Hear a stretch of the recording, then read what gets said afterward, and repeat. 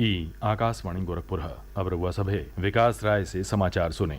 प्रदेश के पूर्व मुख्यमंत्री कल्याण सिंह का आज पहला पुण्यतिथि हो। मुख्यमंत्री योगी आदित्यनाथ स्वर्गीय कल्याण सिंह के श्रद्धांजलि अर्पित कैलें।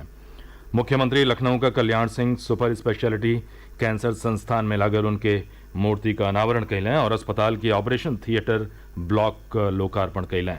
इस मौका पर अपने संबोधन में श्री योगी कहलें कि स्वर्गीय कल्याण सिंह मुख्यमंत्री के रूप में अपने कार्यकाल के समय समाज के हर वर्ग का हितन के ध्यान में रख के कार्य कैलें।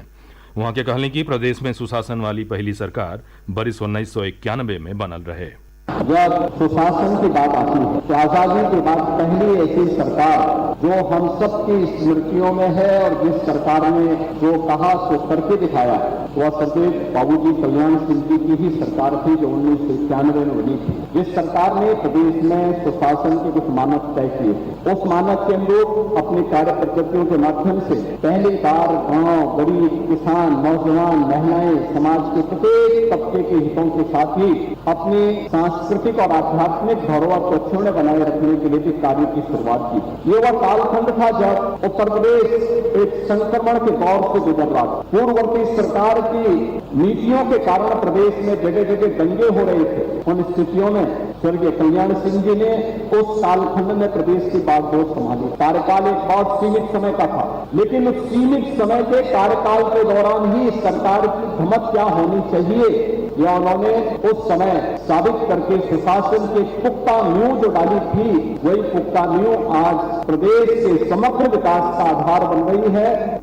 मुख्यमंत्री कहलें कि प्रदेश सरकार स्वर्गीय कल्याण सिंह का मनसा के हिसाब से समग्र ग्राम्य विकास का कार्य योजना के आगे बढ़ा रही हो।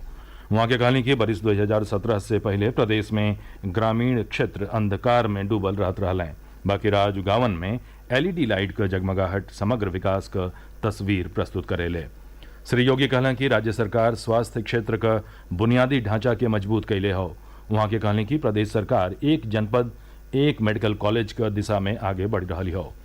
मुख्यमंत्री योगी आदित्यनाथ कहले हमें कि यह बरिस प्रदेश में कम बरखा के नाते किसानन का फसल के भइल नुकसान का भरपाई कैल जाई। वहां के एह संबंध में राहत कार्य योजना तैयार करे का अधिकारियन के निर्देश दिले हैं। मुख्यमंत्री लखनऊ में काल ही उच्चाधिकारियन के साथ राज्य में मानसून और फसल बुआई के हालत का समीक्षा करत रहलें।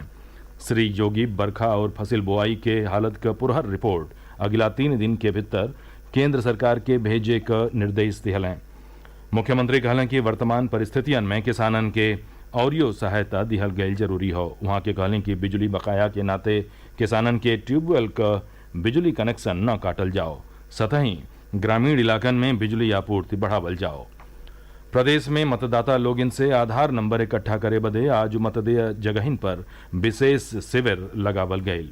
भारत निर्वाचन आयोग की ओर से चलावल जा रहल आधार नंबर एकत्रीकरण कार्यक्रम का यह स्वैच्छिक अभियान में मतदाता ऑनलाइन जरियों से अपने मतदाता पहचान पत्र के आधार नंबर से जोड़ सकेलें।